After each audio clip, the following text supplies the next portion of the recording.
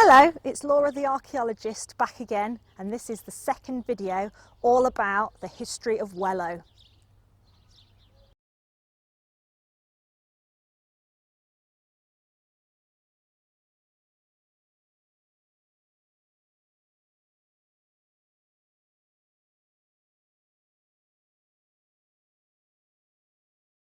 Wellow is one of only two towns in Nottinghamshire thought to have been built to a pre-drawn plan. Towns usually build up gradually over time and without any plan or thought, following roads and waterways, whereas Wellow is thought to have been built deliberately, possibly surrounding a triangular village green.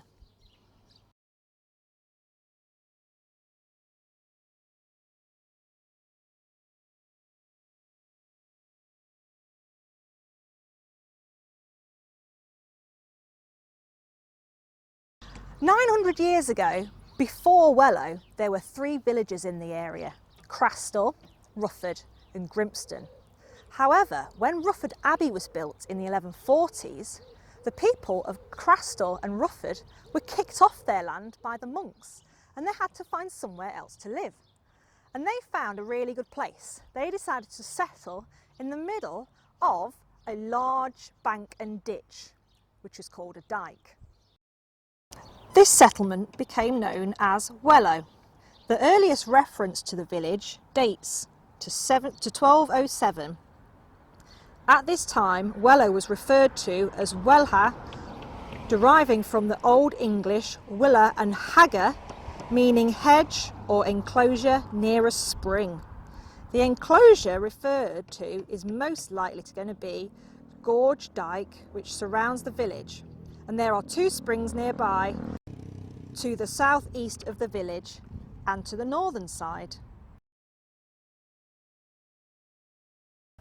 So Jordan Castle, which is the structure you can see behind me, is just to the northwest of Wellow, which is just over that way, just behind some trees.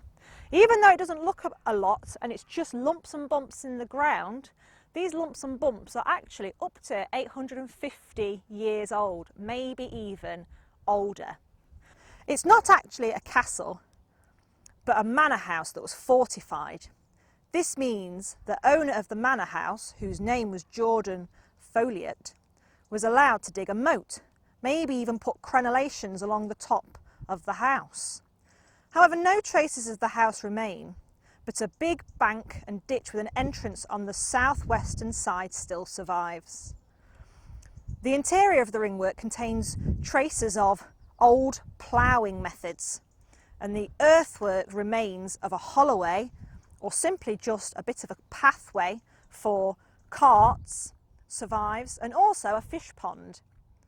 However, in 2005, a geophysical survey of Jordan Castle found evidence of pits, areas where there may have had fires for cooking, ditches and even building remains. So there's still a lot to be found to do with Jordan Castle.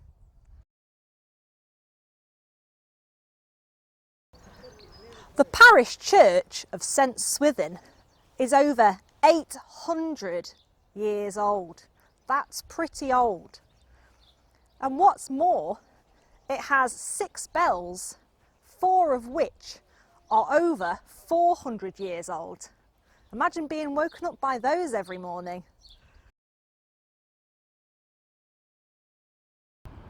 This is the pinfold, and this is where animals that strayed were kept until the farmer paid a fine to get his animals out. Although this one's only 150 years old, there may have been one here for a very long time, maybe up to 800 years. The earthwork around Wellow has been known as Gorge Dyke since the 19th century. It's made up of surviving sections of ditch and bank, although it's not very obvious all the way around. In some areas you can't see any of the bank or ditch at all. But it's about 1.4 kilometres long. That is about the same size as 13.5 football pitches, or if you were to stand 10 pyramids of Giza on top of each other, it would be about the same length as that. The function and age of the earthworks is currently unknown, but many theories exist. The general thought is that it's not prehistoric, which means before the Romans, because it doesn't seem like it's in the right place to be a place of protection, like a hill fort. It could have been created by the Saxons before the Normans arrived in 1066 as a way of defending their village. Or it could have simply been dug at the same time as Wellow became a village 800 years ago, to try and prevent the monks from moving the villagers out again. As archaeologists, the dyke is very interesting to us. We want to know a bit more about it. We want to know when it was dug and why is the most important question. So we decided to come up with a project, and the project was to walk the full length of the dyke and take measurements of it. So across the top and along the bottom, from top to bottom, and get the height information and how wide it is and what sort of shape it is all the way around the dyke. This was so we could see if there was any similarities or differences between the different profiles. So the profile is the U shape of the dyke. So we would walk along the top of the bank, down into the dyke and up the other side. Because if it was all dug by humans, then the profiles would all look the same, right? Well, we soon found out that that might not have been the case.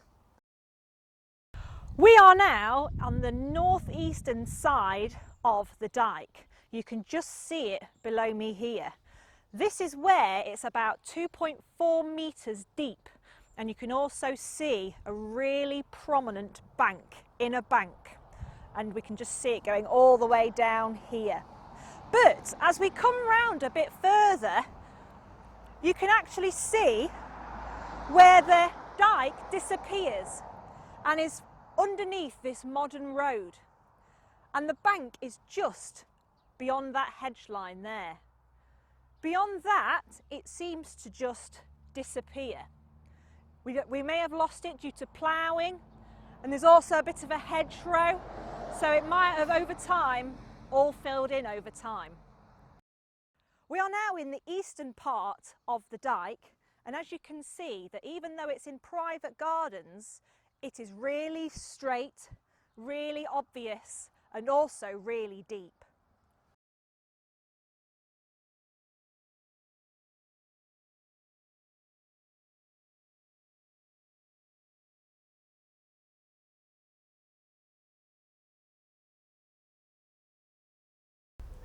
The dyke runs through private gardens and then takes a little turn to the southwest, and you can just see the ditch coming through here and going behind me.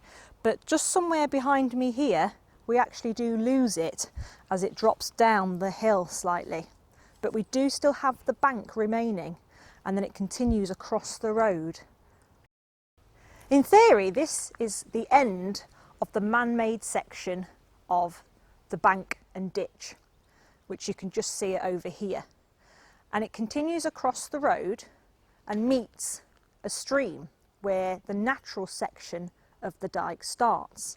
You can see the stream continuing and diverging away from the man-made section of the dyke.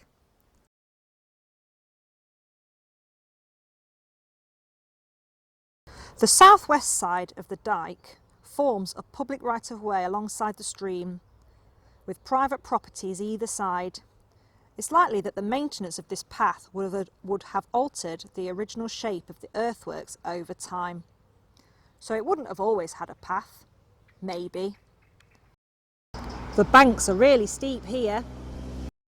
As the stream moves out to the west, there is a small section of dyke that splits off from the main stream. The stream then continues towards Wellow Dam, but the earthwork then continues around the northwest and becomes far more pronounced. So we're now in the northern part of the dike. This is literally the dike here. We've got a bit of a bank coming down and then the other bank going up the other side.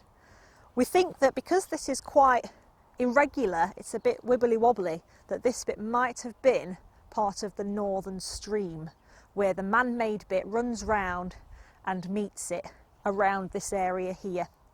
We know that the bank is still here and clearly visible because the properties behind us, behind these trees, come right up to the edge of the bank, so we know that there would have been something here. As we come round the corner to the north, away from the stream that runs into Wellow Dam, we pick up the dike again, but we've only got to the ditch this time, we haven't got the bank.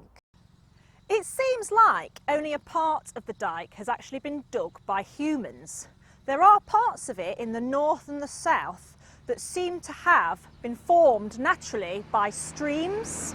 And what we think has happened is that the bits that have been hand dug, like this bit here in the eastern side, have been dug to join the northern stream with the southern stream to form a nice big triangular ditch all the way around the village. However, this bit doesn't seem like a very good defence. It's very wide, and at the moment it is still too shallow to be a really good defence. So it might be that the dike going all the way around the village wasn't necessarily used to defend.